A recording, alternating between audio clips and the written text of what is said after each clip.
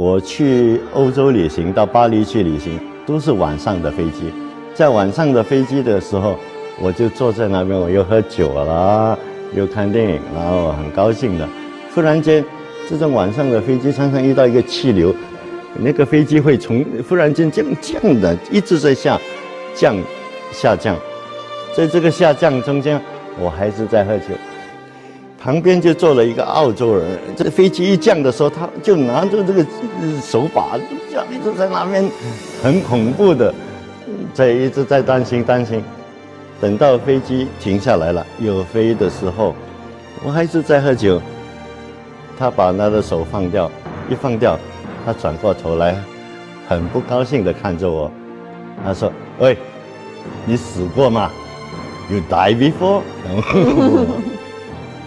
我常常说 ，No，I live before， 我活过。